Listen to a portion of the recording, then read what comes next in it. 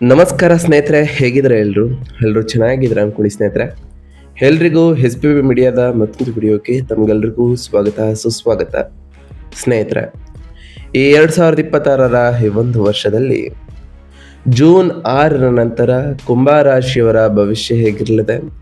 ಈ ಜೂನ್ ತಿಂಗಳಿನಲ್ಲಿ ಉಂಟಾಗ್ತಿರುವಂತಹ ಗ್ರಹ ಸಂಚಾರದ ಬದಲಾವಣೆಯು ಈ ಕುಂಭರಾಶಿಯವರ ಜೀವನದಲ್ಲಿ ಏನೆಲ್ಲ ಬದಲಾವಣೆಗಳನ್ನು ತರಲಿದೆ, ಯಾವುದರಲ್ಲಿ ಶುಭವಾಗಲಿದೆ, ಯಾವುದರಲ್ಲಿ ಬಹಳ ಎಚ್ಚರಿಕೆಯನ್ನು ವಹಿಸಬೇಕು, ಹಾಗೆ ನಿಮ್ಮ ಜೀವನದ ವಿವಿಧ ಅಂಶಗಳಾದಂತಹ ವೃತ್ತಿಯಾಗಿರ್ಬೋದು, ವೈವಾಹಿಕ ಜೀವನ, ಆರ್ಥಿಕ ಸ್ಥಿತಿ, ಕೌಟುಂಬಿಕ ಜೀವನ, ನಿಮ್ಮ ವ್ಯವಹಾರ ಮತ್ತು ಶಿಕ್ಷಣಕ್ಕೆ ಸಂಬಂಧಪಟ್ಟಂತೆಯೇ ಏನೆಲ್ಲ ಬದಲಾವಣೆಗಳನ್ನು ಈ ಕುಂಭರಾಶಿಯವರು ಕಂಡಿದ್ದೀರಿ, ಯಾವುದರಲ್ಲಿ ಶುಭವಾಗಲಿದೆ, ಇರುವಂತಹ ಸಮಸ್ಯೆಗಳಿಗೆ ಸರಳ ಪರಿಹಾರಗಳೇನು ಮಾಡಬೇಕು ಎಂಬುದನ್ನು ಕೂಡ ಇದೇ ವಿಡಿಯೋದಲ್ಲಿ ತಿಳಿಸ್ಕೊಡ್ತಾ ಹೋಗ್ತೇನೆ ಸ್ನೇಹಿತರೆ.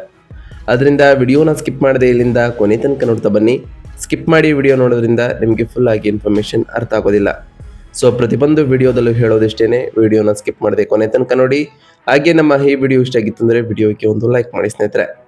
ಯಾರೇನೂ ನಮ್ಮ ಚಾನಲ್ನ ಸಬ್ಸ್ಕ್ರೈಬ್ ಮಾಡ್ಕೊಂಡಿಲ್ಲ ಅವರು ಈಗಲೇ ಸಬ್ಸ್ಕ್ರೈಬ್ ಮಾಡ್ಕೊಳ್ಳಿ. ಸಬ್ಸ್ಕ್ರೈಬ್ ಮಾಡಿಕೊಂಡು ಪ್ರತಿನಿತ್ಯ ವಿಡಿಯೋ ವಾಚ್ ಮಾಡ್ತಿರೋರಿಗೆ ಥ್ಯಾಂಕ್ ಯು ಸೋ ಮಚ್ ಅಂತ ಹೇಳ್ತಾ, ಹಾಗಾದರೆ ಈ ಕುಂಭ ರಾಶಿಯವರಿಗೆ ಈ ತಿಂಗಳು ಏನೆಲ್ಲ ಬದಲಾವಣೆಗಳನ್ನು ತರಲಿದೆ ಎಂಬುದನ್ನು ಒಂದೊಂದಾಗಿ ನೋಡ್ತಾ ಬರೋಣ ಸ್ನೇಹಿತರೆ. ಈ ಜೂನ್ ತಿಂಗಳು 2026 ಹೆಚ್ಚಿನ ಜವಾಬ್ದಾರಿಗಳು ಮತ್ತು ಕೆಲಸದ ಒತ್ತಡದ ಸಮಯವನ್ನು ತರಲಿದೆ ಈ ಕುಂಭ ರಾಶಿಯವರಿಗೆ. ಶನಿಯ ಸಾಡೆ ಸಾತಿಯ 2ನೇ ಹಂತದಲ್ಲಿರುವುದರಿಂದ ಶನಿಯು ನಿರಂತರವಾಗಿ ಶಿಸ್ತನ್ನು ಕಲಿಸಲಿದ್ದಾರೆ.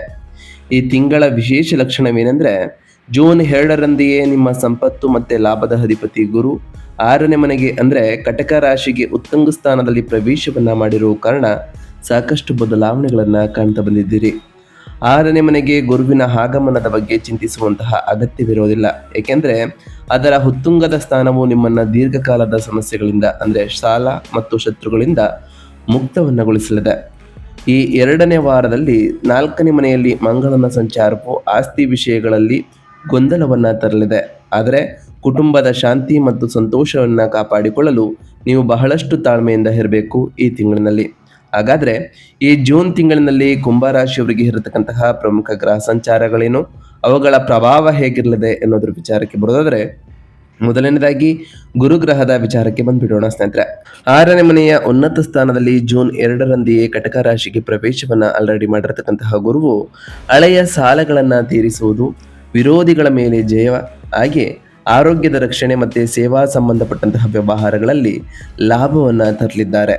ಇನ್ನು ಶುಕ್ರ ಗ್ರಹದ ವಿಚಾರಕ್ಕೆ ಬರೋದಾದರೆ, 5 ಮತ್ತು 6ನೇ ಮನೆಯಲ್ಲಿ ಶುಕ್ರನು ಇರಲಿದ್ದು ಜೂನ್ 8ರವರೆಗೆ 5ನೇ ಮನೆಯಲ್ಲಿ ಇರೋದರಿಂದ ಕಲಾವಿದರಿಗೆ ಲಾಭ ಸಿಗಲಿದೆ. ಅದಾದ ನಂತರ 6ನೇ ಮನೆಯಲ್ಲಿ ಉಚ್ಚ ಸ್ಥಾನದಲ್ಲಿ ಪ್ರವೇಶವನ್ನು ಮಾಡೋ ಕಾರಣ ಗುರುವಿನ ಸಂಯೋಗವು ಕೆಲಸದ ಸ್ಥಳದಲ್ಲಿ ಕೆಲಸದ ಹೊರೆ ಮತ್ತು ಸಹೋದ್ಯೋಗಿಗಳಿಂದ ಸಹಕಾರವನ್ನು ಕೂಡ ಬಯಸಲಿದೆ ಅಂತಲೇ ಹೇಳ್ಬೋದು. ಇನ್ನು ಸೂರ್ಯಗ್ರಹದ ವಿಚಾರಕ್ಕೆ ಬರೋದಾದರೆ, 4ನೇ ಮತ್ತು 5ನೇ ಮನೆಯಲ್ಲಿ ಸೂರ್ಯನು ಈ ತಿಂಗಳಿನಲ್ಲಿ ಸಂಚಾರವನ್ನು ಮಾಡಲಿದ್ದು ಜೂನ್ 15ರವರೆಗೆ 4ನೇ ಮನೆಯಲ್ಲಿ ಸಂಚಾರವನ್ನು ಮಾಡೋ ಕಾರಣ ತಾಯಿಯ ಕಡೆಯವರಿಂದ ಅಭಿಪ್ರಾಯದ ವ್ಯತ್ಯಾಸಗಳು ಉಂಟಾಗಲಿದೆ. ಅದಾದ ನಂತರ 5ನೇ ಮನೆಗೆ ಪ್ರವೇಶವನ್ನು ಮಾಡತಕ್ಕಂತಹ ಸೂರ್ಯನು ಮಕ್ಕಳ ಪ್ರಗತಿಯನ್ನು ತರಲಿದ್ದು ಪ್ರೇಮ ಸಂಬಂಧಗಳು ಕೂಡ ಉತ್ತಮವಾಗಿ ಇರಲಿದೆ. ಇನ್ನು ಮಂಗಳ ಗ್ರಹದ ವಿಚಾರಕ್ಕೆ ಬರೋದಾದರೆ, 3ನೇ ಮತ್ತು 4ನೇ ಮನೆಯಲ್ಲಿ ಮಂಗಳನು ಇರಲಿದ್ದು ಜೂನ್ 21ರವರೆಗೆ 3ನೇ ಮನೆಯಲ್ಲಿ ತನ್ನದೇ ಆದಂತಹ ಚಿಹ್ನೆಯಲ್ಲಿ ಇರೋ ಕಾರಣ ಅಪರಿಮಿತವಾದಂತಹ ಧೈರ್ಯ ನಿಮ್ಮಲ್ಲಿ ಉಂಟಾಗಲಿದೆ. ಅದರ ನಂತರ 4ನೇ ಮನೆಗೆ ಪ್ರವೇಶವನ್ನು ಮಾಡತಕ್ಕಂತಹ ಮಂಗಳನು ರಿಯಲ್ ಎಸ್ಟೇಟ್ ಖರೀದಿಗಳು, ಮನೆಯಲ್ಲಿ ಸ್ವಲ್ಪ ಉದ್ವಿಗ್ನ ವಾತಾವರಣವನ್ನು ಉಂಟು ಮಾಡಬಹುದು. ಇದರಿಂದ ಸಾಕಷ್ಟು ಬದಲಾವಣೆಗಳನ್ನು ಕೂಡ ಕಾಣಲಿದ್ದೀರಿ ಮಂಗಳನ ಸಂಚಾರದ ಸಮಯದಲ್ಲಿ. ಇನ್ನು ಬುಧ ಗ್ರಹದ ವಿಚಾರಕ್ಕೆ ಬರೋದಾದರೆ, 5 ಮತ್ತು 6ನೇ ಮನೆಯಲ್ಲಿ ಈ ತಿಂಗಳು ಬುಧನು ಸಂಚಾರವನ್ನು ಮಾಡಲಿದ್ದು ಜೂನ್ 22ರವರೆಗೆ 5ನೇ ಮನೆಯಲ್ಲಿ ತನ್ನದೇ ಆದಂತಹ ರಾಶಿಯಲ್ಲಿ ಇರೋ ಕಾರಣ ನಿಮಗೆ ತೀಕ್ಷ್ಣ ಬುದ್ಧಿಶಕ್ತಿ ಹೆಚ್ಚಾಗಲಿದ್ದು ಶಿಕ್ಷಣದಲ್ಲಿ ಯಶಸ್ಸನ್ನು ಕಾಣಲಿದ್ದೀರಿ.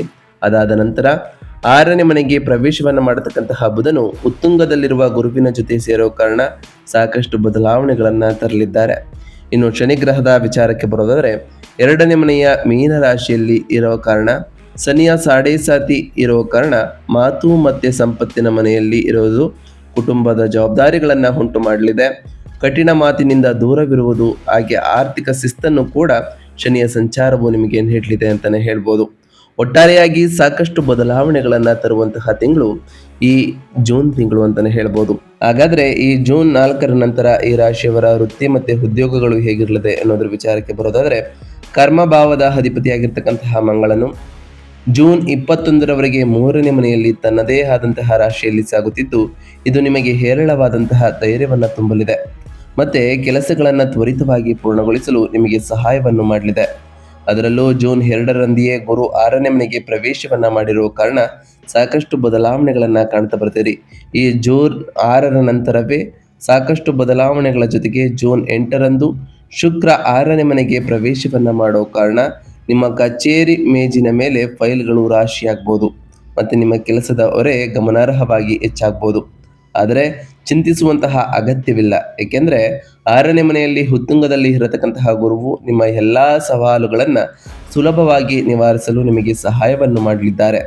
ಈ ತಿಂಗಳು ವೈದ್ಯರು, ವಕೀಲರು, ಮಾನವ ಸಂಪನ್ಮೂಲ ಮತ್ತು ಸಾಮಾಜಿಕ ಕ್ಷೇತ್ರಗಳಲ್ಲಿ ಕೆಲಸ ಮಾಡ್ತಿರೋರಿಗೆ ಗಮನಾರ್ಹವಾದಂತಹ ಮನ್ನಣೆಯನ್ನು ತರಲಿದೆ.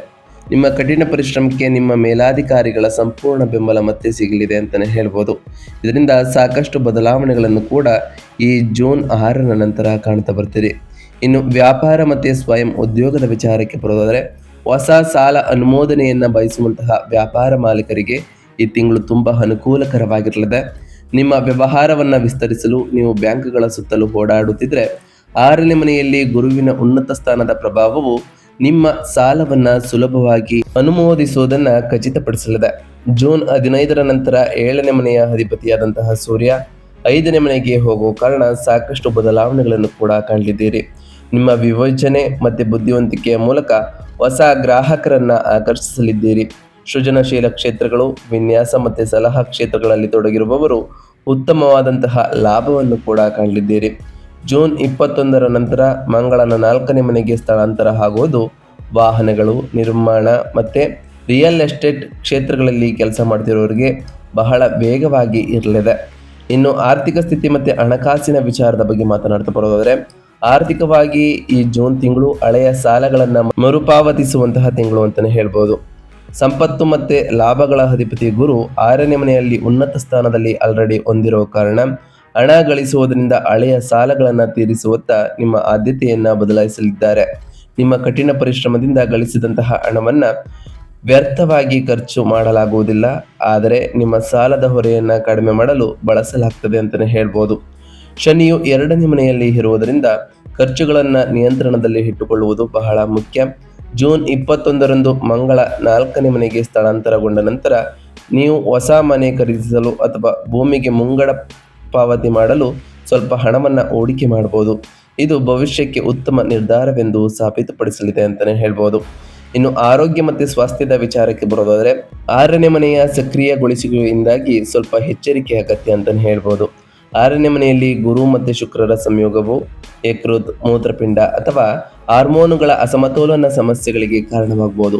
ವಿಶೇಷವಾಗಿ ಮಧುಮೇಹಿಗಳು ಸಿಹಿ ತಿಂಡಿಗಳನ್ನು ಸಂಪೂರ್ಣವಾಗಿ ತಪ್ಪಿಸಬೇಕು. ಜೂನ್ 21ರಂದು ಮಂಗಳನ ಗ್ರಹವು 4ನೇ ಮನೆಗೆ ಪ್ರವೇಶವನ್ನು ಮಾಡಿದ ನಂತರ ನಿಮ್ಮ ದೇಹದಲ್ಲಿ ಆಮ್ಲೀಯತೆ ಹೆಚ್ಚಾಗಬಹುದು. ಇದು ನಿಮ್ಮಲ್ಲಿ ಶಾಖವನ್ನು ಉಂಟು ಮಾಡಿ, ಅಂದರೆ ಪಿತ್ತ ಜಾಸ್ತಿ ಆಗುವಂತಹ ಚಾನ್ಸಸ್ ಕೂಡ ಇರಲಿದೆ. ನಿಯಮಿತವಾಗಿ ಯೋಗವನ್ನು ಮಾಡ್ತಾ ಬನ್ನಿ. ಧ್ಯಾನವು ನಿಮಗೆ ಮಾನಸಿಕ ಶಾಂತಿ ಮತ್ತು ದೈಹಿಕ ಶಕ್ತಿಯನ್ನು ತರಲಿದೆ ಅಂತಲೇ ಹೇಳ್ಬೋದು. ಇನ್ನು ಕುಟುಂಬ ಮತ್ತು ವೈಯಕ್ತಿಕ ಸಂಬಂಧಗಳ ವಿಚಾರಕ್ಕೆ ಬರೋದಾದರೆ, ಕೌಟುಂಬಿಕ ಜೀವನದಲ್ಲಿ ತಾಳ್ಮೆ ಮತ್ತು ತಿಳುವಳಿಕೆ ತೀರಾ ಅಗತ್ಯವಾಗಿರಲಿದೆ ಈ ರಾಶಿಯವರಿಗೆ. 2ನೇ ಮನೆಯಲ್ಲಿ ಶನಿಯು ನಿಮ್ಮ ಮಾತಿನಲ್ಲಿ ಕಠೋರತೆಯನ್ನು ಹೆಚ್ಚಿಸುತ್ತಿದ್ದರೆ, ಜೂನ್ 21ರಂದು 4ನೇ ಮನೆಗೆ ಮಂಗಳನ ಪ್ರವೇಶವು ಮನೆಯಲ್ಲಿ ವಾತಾವರಣವನ್ನು ಸ್ವಲ್ಪ ಬಿಸಿಯಾಗಿಸಬಹುದು. ಕುಟುಂಬ ಸದಸ್ಯರೊಂದಿಗೆ, ವಿಶೇಷವಾಗಿ ನಿಮ್ಮ ತಾಯಿಯೊಂದಿಗೆ ವಾದಗಳು ನಡೆಯುವಂತಹ ಸಾಧ್ಯತೆಯೂ ಕೂಡ ಇರಲಿದೆ. ಅದರಿಂದ ಬಹಳ ಎಚ್ಚರಿಕೆಯಿಂದ ಇರಿ. ಈ ಜೂನ್ 6ರ ನಂತರವೇ ಬಹಳಷ್ಟು ಬದಲಾವಣೆಗಳನ್ನು ಕಾಣ್ತಾ ಹೋಗ್ತೀರಿ. ಅದರಿಂದ ನಾವು ಕೊನೆಯಲ್ಲಿ ತಿಳಿಸ್ಕೊಡುವಂತಹ ಸರಳ ಪರಿಹಾರಗಳನ್ನು ಮಾಡ್ತಾ ಬನ್ನಿ. 7ನೇ ಮನೆಯ ಅಧಿಪತಿಯಾದಂತಹ ಸೂರ್ಯನ ಸಂಚಾರವು 5ನೇ ಮನೆಯಲ್ಲಿ ಉಂಟಾಗುವ ಕಾರಣ ನಿಮ್ಮ ವೈವಾಹಿಕ ಜೀವನ ಮತ್ತು ಪ್ರೇಮ ಸಂಬಂಧಗಳಲ್ಲಿ ಅತ್ಯಂತ ಮಧುರವಾಗಿಸಲಿದೆ. ಇಂದಿನ ತಪ್ಪು ಗ್ರಹಿಕೆಗಳನ್ನು ಮರೆತು ನೀವು ನಿಮ್ಮ ಸಂಗಾತಿಯ ಗುಣಮಟ್ಟದ ಸಮಯವನ್ನು ಕಳೆದು ಹೋಗ್ತೀರಿ. ನಿಮ್ಮ ಮಕ್ಕಳ ಪ್ರಗತಿಯು ನಿಮ್ಮ ಮನೆಗೆ ಸಂತೋಷವನ್ನು ತರಲಿದೆ ಅಂತಲೇ ಹೇಳ್ಬೋದು. ಇನ್ನು ಶಿಕ್ಷಣ ಮತ್ತು ವಿದ್ಯಾರ್ಥಿಗಳ ವಿಚಾರಕ್ಕೆ ಬರೋದಾದರೆ, ಸ್ಪರ್ಧಾತ್ಮಕ ಪರೀಕ್ಷೆಗಳಿಗೆ ತಯಾರಿ ನಡೆಸಿರ್ತಕ್ಕಂತಹ ವಿದ್ಯಾರ್ಥಿಗಳಿಗೆ ಖಚಿತವಾದಂತಹ ಅಸ್ತ್ರವಾಗಿ ಕಾರ್ಯವನ್ನು ನಿರ್ವಹಿಸಲಿದೆ ಈ ತಿಂಗಳು. ಶಿಕ್ಷಕನದ ಸೂಚಕನಾದಂತಹ ಗುರುವು 6ನೇ ಮನೆಯಲ್ಲಿ ಉತ್ತುಂಗ ಸ್ಥಾನದಲ್ಲಿ ಇರುವ ಕಾರಣ ಬ್ಯಾಂಕಿಂಗ್, ಕಾನೂನು ಮತ್ತು ಆಡಳಿತ ಪರೀಕ್ಷೆಗಳಿಗೆ ಹಾಜರಾಗುವವರಿಗೆ 100% ಯಶಸ್ಸನ್ನು ಖಚಿತಪಡಿಸಲಿದೆ. 5ನೇ ಮನೆಯ ಅಧಿಪತಿ ಬುಧ ಜೂನ್ 22ರವರೆಗೆ ತನ್ನದೇ ಆದಂತಹ ರಾಶಿಯಲ್ಲಿ ಇರುವುದರಿಂದ ನಿಮ್ಮ ಸ್ಮರಣಾ ಶಕ್ತಿ ಮತ್ತು ಏಕಾಗ್ರತೆ ಅತ್ಯುತ್ತಮವಾಗಿರಲಿದೆ. ಅದರಲ್ಲೂ ಈ ಜೂನ್ 6ರ ನಂತರ ನಿಮ್ಮ ಸ್ಮರಣಾ ಶಕ್ತಿ ಇನ್ನೂ ಉತ್ತುಂಗದಲ್ಲಿ ಇರೋ ಕಾರಣ, ಗುರುವಿನ ಸಂಚಾರವೂ ಕೂಡ ಜೂನ್ 2ರಂದೇ ಉಂಟಾಗಿರೋ ಕಾರಣ ನಿಮ್ಮ ಸ್ಮರಣಾ ಶಕ್ತಿ ಹೆಚ್ಚಾಗಲಿದ್ದು ಹೊಸ ಹೊಸ ಕೌಶಲ್ಯಗಳನ್ನು ರೂಢಿಸಿಕೊಳ್ಬೇಕು ಅಂದವರಿಗೆ ಬಹಳ ಅನುಕೂಲಕರವಾಗಿರಲಿದೆ ಅಂತಲೇ ಹೇಳ್ಬೋದು. ಒಟ್ಟಾರೆಯಾಗಿ ಸಾಕಷ್ಟು ಬದಲಾವಣೆಗಳನ್ನು ಈ ಜೂನ್ ತಿಂಗಳು ತರಲಿದೆ ಈ ಕುಂಭರಾಶಿಯವರಿಗೆ. ಹಾಗಾದರೆ ನಿಮ್ಮ ಸಮಸ್ಯೆಗಳಿಗೆ ಮಾಡಬೇಕಾಗಿರುವಂತಹ ಸರಳ ಪರಿಹಾರಗಳೇನು? ಶನಿಯ ಸಾಡೆ ಸಾತಿಯ ಪರಿಣಾಮಗಳನ್ನು ತಗ್ಗಿಸಲು ಮತ್ತು 4ನೇ ಮನೆಯಲ್ಲಿ ಮಂಗಳನಿಂದ ಉಂಟಾಗುವ ದೇಶೀಯ ಕಲಹಗಳನ್ನು ತಪ್ಪಿಸಲು, ಹಾಗೆ 6ನೇ ಮನೆಯಲ್ಲಿ ಉಚ್ಚ ಸ್ಥಾನದಲ್ಲಿ ಗುರುವಿನಿಂದ ಯಶಸ್ಸನ್ನು ಪಡೆದುಕೊಳ್ಳಲು ನಾವು ತಿಳಿಸ್ಕೊಡುವಂತಹ ಸರಳ ಪರಿಹಾರಗಳನ್ನು ಮಾಡ್ತಾ ಬನ್ನಿ. ಮೊದಲನೇದಾಗಿ 2ನೇ ಮನೆಯಲ್ಲಿ ಶನಿಯ ಸಾಡೆ ಸಾತಿಯ ದುಷ್ಪರಿಣಾಮಗಳನ್ನು ತೊಡೆದುಹಾಕಲು ಮತ್ತು ಮಾತಿನಲ್ಲಿ ಮಾಧುರ್ಯವನ್ನು ಕಾಪಾಡಿಕೊಳ್ಳಲು ಶನಿವಾರದಂದು ಶಿವನ ದೇವಾಲಯಕ್ಕೆ ಎಳ್ಳೆಣ್ಣೆಯ ದೀಪವನ್ನು ಹಚ್ಚುತ್ತಾ ಬನ್ನಿ. ಹಾಗೆ ನಿಮಗೆ ಸಾಧ್ಯವಾದರೆ ಶನಿದೇವರ ದೇವಾಲಯಕ್ಕೆ ತೆರಳಿ ಶನಿದೇವರಿಗೆ ಪ್ರಿಯವಾಗಿರುವಂತಹ ಕಪ್ಪು ಎಳ್ಳಿನ ಬತ್ತಿಯನ್ನು ಹಚ್ಚುತ್ತಾ ಬನ್ನಿ. ಇದು ಆ ಶನಿದೇವರ ಸಕಾರಾತ್ಮಕ ಪ್ರಭಾವಕ್ಕೆ ಕಾರಣವಾಗಲಿದೆ. ಹಾಗೆ ಪ್ರತಿ ಶನಿವಾರದಂದು ಓಂ ಶಂ ಶನೈಶ್ವರಾಯ ನಮಃ ಎಂಬ ಮಂತ್ರವನ್ನು ಜಪಿಸಿ ಸ್ನೇಹಿತರೆ. ಜೂನ್ 21ರ ನಂತರ 4ನೇ ಮನೆಯಲ್ಲಿ ಮಂಗಳ ಇರುವುದರಿಂದ ಕುಟುಂಬದಲ್ಲಿ ಅಶಾಂತಿ ಉಂಟಾಗುವುದನ್ನು ತಪ್ಪಿಸಲು ಮಂಗಳವಾರದಂದು ಸುಬ್ರಹ್ಮಣ್ಯ ಸ್ವಾಮಿ ಅಥವಾ ಹನುಮಾನ್ ದೇವಸ್ಥಾನಕ್ಕೆ ಭೇಟಿ ನೀಡಿ ಕೆಂಪು ಹೂವುಗಳಿಂದ ಪೂಜೆಯನ್ನು ಸಲ್ಲಿಸಿ ಸ್ನೇಹಿತರೆ. ಇದು ನಿಮ್ಮ ಜೀವನದಲ್ಲೂ ಕೂಡ ಸಾಕಷ್ಟು ಬದಲಾವಣೆಗಳನ್ನು ತರಲಿದೆ. ಹಾಗೆ ಪ್ರತಿ ಮಂಗಳವಾರದಂದು ಓಂ ಅಂಗರಾಯಕಾಯ ನಮಃ ಎಂಬ ಮಂತ್ರವನ್ನು ಜಪಿಸಿ. 6ನೇ ಮನೆಯಲ್ಲಿ ಕುಳಿತಿರತಕ್ಕಂತಹ ಉಚ್ಚ ಸ್ಥಾನದಲ್ಲಿ ಗುರು ಇರೋ ಕಾರಣ ಸಹಾಯದಿಂದ ಶತ್ರುಗಳನ್ನು ಸೋಲಿಸಲು ಮತ್ತೆ ಸಾಲದಿಂದ ಮುಕ್ತರಾಗಲು ಪ್ರತಿ ಗುರುವಾರದಂದು ಹಳದಿ ಬಟ್ಟೆಗಳನ್ನು ಧರಿಸಿ ದತ್ತಾತ್ರೇಯ ಅಥವಾ ದಕ್ಷಿಣ ಮೂರ್ತಿ ಅವರನ್ನ ಪೂಜಿಸಿ ಸ್ನೇಹಿತರೆ. ಇದು ಸಾಕಷ್ಟು ಬದಲಾವಣೆಗಳನ್ನು ತರುವುದರ ಜೊತೆಗೆ ಪ್ರತಿ ಗುರುವಾರದಂದು ಓಂ ಗುರುಭ್ಯೋ ನಮಃ ಎಂಬ ಮಂತ್ರವನ್ನು ಜಪಿಸಿ.